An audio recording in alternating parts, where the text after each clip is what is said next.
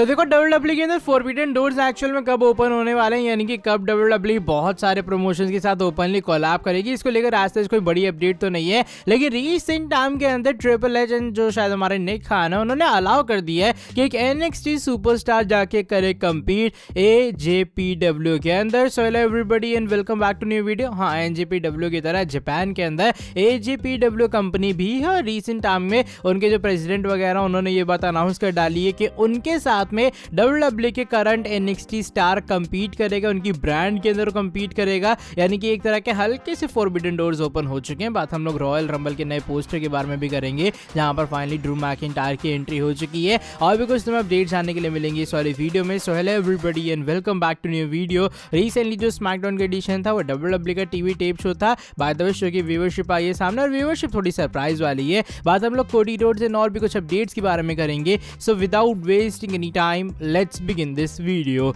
देखो वीडियो को शुरू करते हैं सबसे पहले WWE के रॉयल रंबल के प्रीमियम लाइव इवेंट के साथ में जब इनिशियली इसका पोस्टर आया था सामने। ऑफ कोर्स पोस्टर के अंदर बहुत सारे लोग थे, Logan Paul, Randy Orton, Cody Rhodes, यानी कि और भी बहुत सारे स्टार्स। लेकिन एक जो मेजर नेम मिसिंग था वो था हमारे farmer WWE champion the Scottish warrior Drew McIntyre का। फिर लोगों ने ऐसा स्पेकुलेट भी किया कि मे बी ड्रू मैकिंटायर की WWE के साथ एक रियल हीट चल रही है, दैट्स व्हाई शायद वो WWE को लीव करेंगे। लेकिन तुम लोग को बता दो कंपनी ने रिसेंटली पोस्टर अपना अपडेट किया है, जिसका स्क्रीनशॉट तुम लोग देख पा रहे होगे। और इस पोस्टर से अब रिमूव हुई है शार्लेट फेयर और तुम देखोगे सैमी ज़ेन के साथ में और बियांका बिलर के बीच में ड्रू मैकिंटायर को ऐड कर दिया गया है। तो मे बी WWE ने जान के चीज़ों को हीट अप करने के लिए इस वाली चीज़ को किया था। और ऊपर से शार्लेट फेयर की अनफॉर्चुनेटली रिसेंटली इंजरी हुई थी, तो उसके चक्कर में शार्लेट फेयर को WWE को रिमूव करना पड़ा। लेकिन फाइनली हमारे farmer WWE champion Scottish warrior Drew McIntyre की अब रॉयल रंबल पोस्टर में तो एंट्री हो चुकी है। बाकी देखो क्या होता है WWE डे 1 शो के अंदर और क्या ड्रू मैकिंटायर डिथ्रोन कर पाते सेथ रॉलिंस को।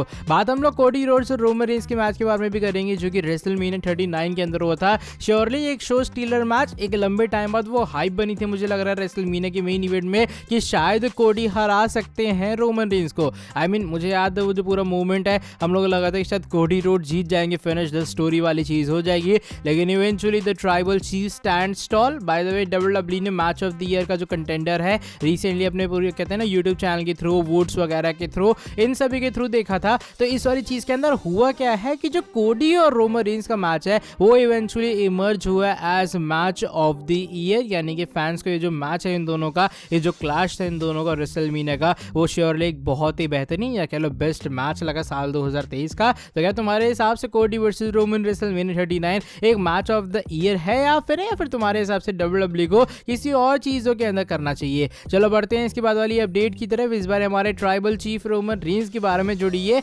तुम्हें याद होगा तुमने ब्रॉक लेसनर को एक फ्लिप फोन के अंदर देखा था और फ्लिप फोन चला रहे थे लेसनर, वो भी इस जमाने के अंदर, तो फैंस से देख के हैरान थे। लेकिन रिसेंटली स्मैकडाउन के एपिसोड में रोमन रेंस का फोन कॉट हुआ। बेसिकली यहाँ जो रोमन रेंस है वो iPhone 7 या फिर iPhone 7s या फिर iPhone 8 Max to Max ऐसे कुछ यूज करते हुए नजर आ रहे हैं। फोटो तुम लोग देख पा रहे होगे। यहाँ पर फैंस ने वैसे अजम्पशन नहीं लगाया कि भैया ये आईफोन का कोई 7s 7 या फिर 8 वाला वर्जन है, लेकिन देख के हैरानी इसलिए हो रही है बिकॉज आईफोन भी बहुत आगे पहुंच चुका है अपनी टेक्नोलॉजी के अंदर। एंड रोमन रेंस इतने पुराने फोन यूज करे तो बहुत लोग ऐसा कह रहे हैं। अगर तुम देखोगे जो हमारे क्या नाम है पॉल हेमन है, उनके पास iPhone 10 है, तो भाई अगर हमारे स्पेशल काउंसिल इतना नया फोन लेके चल सकते तो पता नहीं ट्राइबल चीफ के पास पुराना फोन क्यों है। तो ये हल्का सा अजीब सी बात आई है सामने सोशल मीडिया के ऊपर। वैसे WWE सुपरस्टार्स का अजीबोगरीब फोन यूज करना है, पुराने फोन यूज करना, अब पता नहीं वो रियलिटी में करते हैं या फिर कोई और सीन है। देखो लेसनर श्योरली फ्लिप फोन असली में तो यूज नहीं करते हैं, लेकिन ये कुछ बातें जो कि मुझे लगा तुम लोग को बतानी चाहिए।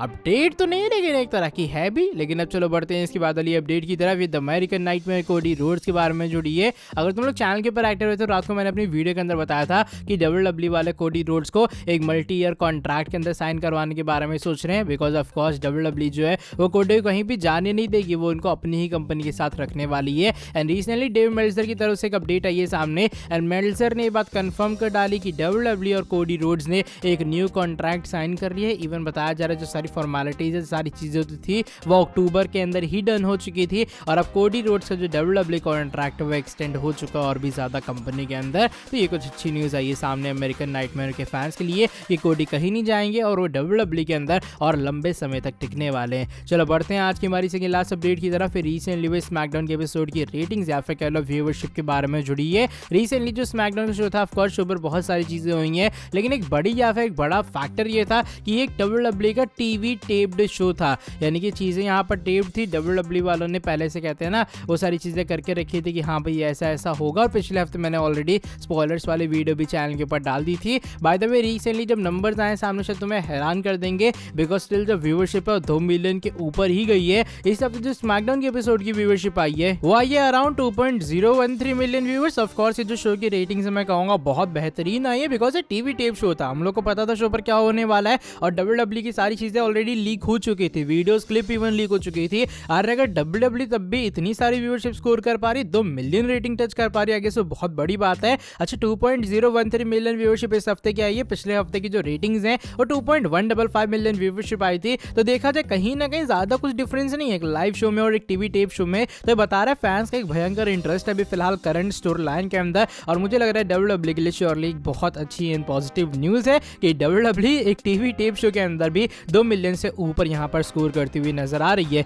लेकिन अब चलो बढ़ते हैं आज की हमारी नेक्स्ट एंड फाइनल स्टोरी की तरफ। सुराबल assassin the game triple H के बारे में जुड़ी है। ट्रिपल एच WWE को आगे बढ़ाने के लिए, चीजों को आगे बढ़ाने के लिए हमेशा कोई ना कोई चीज करते ही रहते हैं कंपनी में। रिसेंट टाइम में उनका एक बहुत ही कहते हैं ना अनएक्सपेक्टेड टाइप ही कहूंगा मैं, एक कोलैबोरेशन हो रहा है, फोरबिडन डोर्स ओपन हो रहे हैं AJPW कंपनी के साथ में। बहुत सारे लोगों ने शायद इस कंपनी का नाम नहीं सुना होगा। जिस तरीके से NJPW है ठीक उसी तरीके से AJPW भी है, जैसे all Japan pro wrestling company कहते हैं। अब हुआ कि इसके प्रेसिडेंट ने रिसेंट टाइम में एक वीडियो क्लिप शेयर की है, जहां पर इस वीडियो क्लिप के अंदर ये बात कंफर्म हुई है या फिर ये बात अनाउंस हुई है कि एक ट्रिपल क्राउन मैच होने वाला है, जहां पर 2 AJPW के स्टार और एक NXT टैलेंट अपीयर होने वाला है। और ऑफ कोर्स मैं करंट NXT टैलेंट की बात कर रहा हूं, और यहां पर इनका ट्रिपल थ्रेट मैच होगा, एंड इवन यहां पर कॉल वगैरह भी होती है WWE ऑफिशियल के साथ में। एंड ऑफ कोर्स ये चीजें प्री अप्रूव्ड होंगी ट्रिपल एच और निक खान की तरफ से, वरना अचानक से कोई कंपनी इतनी पागल भी नहीं है कि वो आके कॉल अनाउंस कर देगी कि भैया हम लोग NXT सुपरस्टार को ला रहे हैं, तब जाके वो WWE से बात करेंगे। तो ये कुछ मेजर अनाउंसमेंट AJPW की तरफ से हुई है, जो कि श्योरली ये बता रहा है कि WWE ने अपनी तरफ से फोरबिडन डोर्स ओपन किए हैं।